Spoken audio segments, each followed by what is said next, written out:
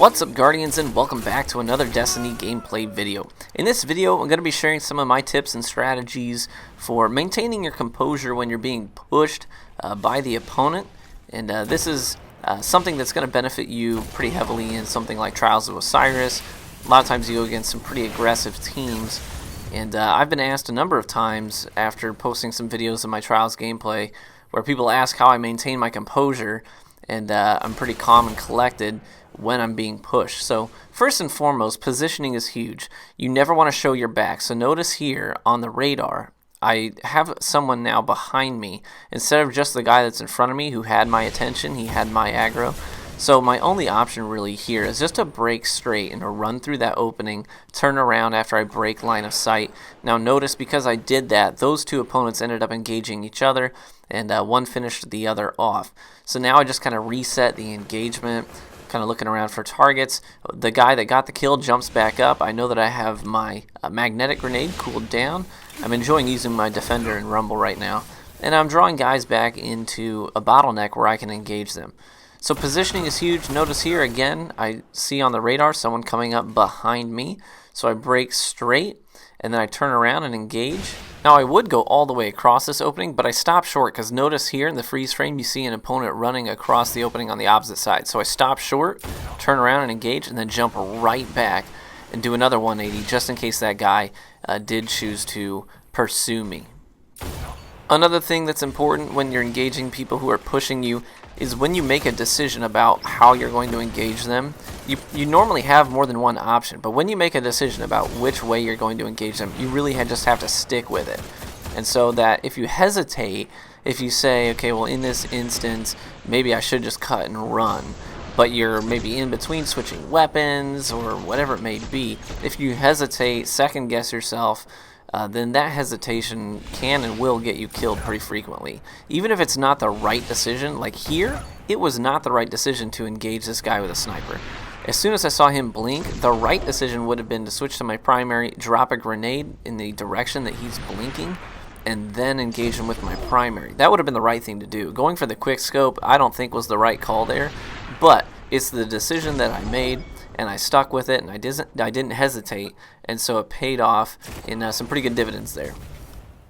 Another factor when positioning yourself for engagements when you're being pushed is keeping in mind the abilities you have at your disposal. So here, I realized my back is exposed to somebody I didn't see. I was too aggroed on the Titan, as well I should have been.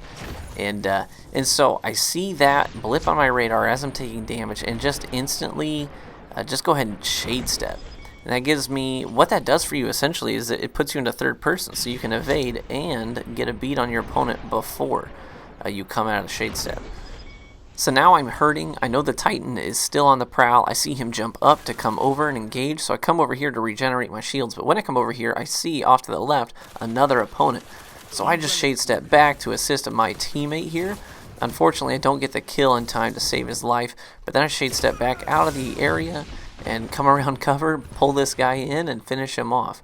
So it's all about knowing what you have available to you. So in the Titan footage earlier in the vid, I was using my Titan skate abilities to get in and out of positions more quickly. Now here I'm playing some Rumble. I think Rumble is probably the best playlist for developing self-preservation skills and tactics, just because you're forced to do so out of necessity if you play this playlist enough. So here, I'm going to engage this hunter, but at this point, I see someone on the radar directly behind me. So rule number one, don't put your back to the opponent. So I break for this guy that's in front of me. I go high over him. Luckily, he moved out of the area, and I was able to do a 180 and engage him. But even if he hadn't, I would have dropped that grenade and hopefully finished him off with my primary.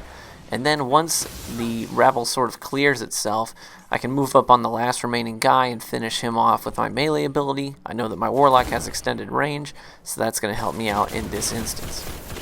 So committing these tactics to memory, what that's going to do for you is essentially it's going to eliminate the risk of those freak out moments. And that's what people say they encounter so much, is when they're getting pushed aggressively by the opponent, they sort of just freak out.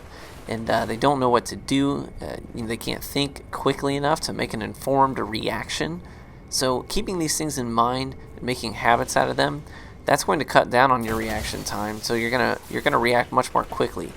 So here, I'm just eliminating some players using my sniper rifle to pick some people off in the middle of the map. I hear a hammer of soul, and I break and run. Turns out the guy was on this end of the map, so I ran right towards him. So at this point, he's not looking at me, so I decided, you know what, I'm going to go ahead and engage. And instead of backing down when he turned, I just decided, you know what, I'm going to stick it out.